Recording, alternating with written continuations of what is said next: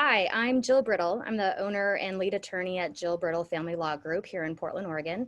And I'm speaking today with my friend, Dr. Lisa Gabardi of Lake Oswego, Oregon. And Dr. Gabardi is a licensed psychologist. She helps individuals and families with their relationships, marriages, and divorces. And today we are discussing coping during a divorce and adjusting to a divorce. So, Dr. Gabardi, a lot of my clients are not the instigator of the divorce, or even if they are, they're really struggling with the idea of being divorced, the changes that it will bring to their lives, what it might mean for their kids. So, what can you suggest to parties who are in this position? Well, first, I just have great compassion for anyone who's losing their marriage and it's not what they want. That's just incredibly painful and heartbreaking for them. And it's scary um, that all of the unknowns ahead. So, the first thing I do is just deeply empathize with their pain. And that's really the first thing that the individual has to do is just allow them, just be gentle with themselves and allow themselves to have their feelings. I usually recommend that they take to feel their feelings. And one thing that can help them with that is to actually label them and name them. Scientifically, for whatever reason, we know that actually putting labels and names to our feelings helps us manage them and get some mastery over them. And then, of course, soothing yourself in whatever ways feels comforting and taking good care of yourself day to day and getting all the support from the people who care about you that you need. Yes, I hearing you talk about the deep pain, I've often read in our literature in our field about how divorce is akin to death in many ways in terms of loss. Do you agree with that premise?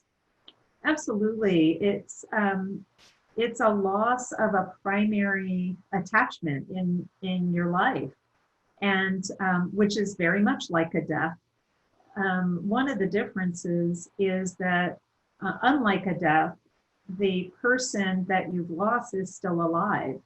And if you have children, you are interacting with them on a semi-regular basis.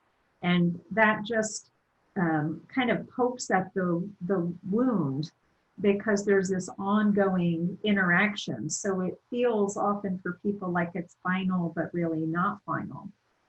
The other thing I like to help people understand is the loss of a marriage is actually multiple losses. It's a loss of the spouse, so loss of a particular person and an attachment to them. It's also a loss of the marriage. And it's also the loss of the future you thought you would have. And often it's also a loss of the belief in marriage being forever. And so there's many significant losses all rolled up in the loss of the marriage. You mentioned a minute ago about your support system. So, what does that look like? What does good self-care look like in this kind of process? So there's several parts to that. One would be your basic health and well-being, what I call sort of the legs of the stool. So sleep, your nutrition, hydration, uh, exercise, all of the basics to keeping you healthy and well. The other would be grounding yourself into your routines and sticking to them, because when so much change happening, it can be a comfort for some things to be the same, even if it's as simple as when you get up in the morning and what you have for breakfast. But keeping some of those routines can be comforting. And then, of course, taking care of having time to tend to your feelings is really important. And then making sure you're receiving support from your trusted people. The other thing I like to remind people about, because it's hard to um, feel it and realize it when you're grieving, is that you won't feel that way forever. Grief is a process, and people need time to heal, but there will be a future time where they won't feel exactly as they feel right now. And so what kind of support team can people put together when they're going through a divorce?